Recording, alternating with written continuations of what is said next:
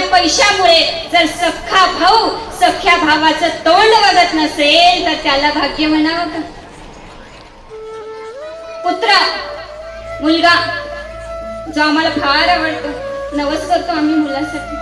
मुलगा आहे, खूप शिकलाय, अमेरिकेत आहे, मोठ्या हुद्द्यावर आहे, पण शेवटच्या समयाला जर आपल्या आई वडिलांसोबत नसेल तर त्याला भाग्य म्हणावं का? पत्नी भार्या जी दारातूनच म्हणते आज खूप उशीर झाला.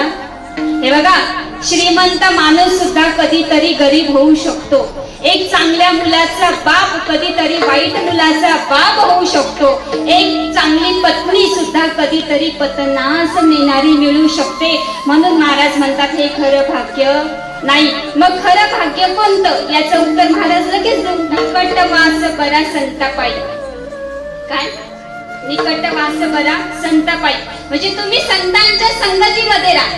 संतांची संगती मन मार्ग गती, अकळावा श्रीपती येणे पंथे.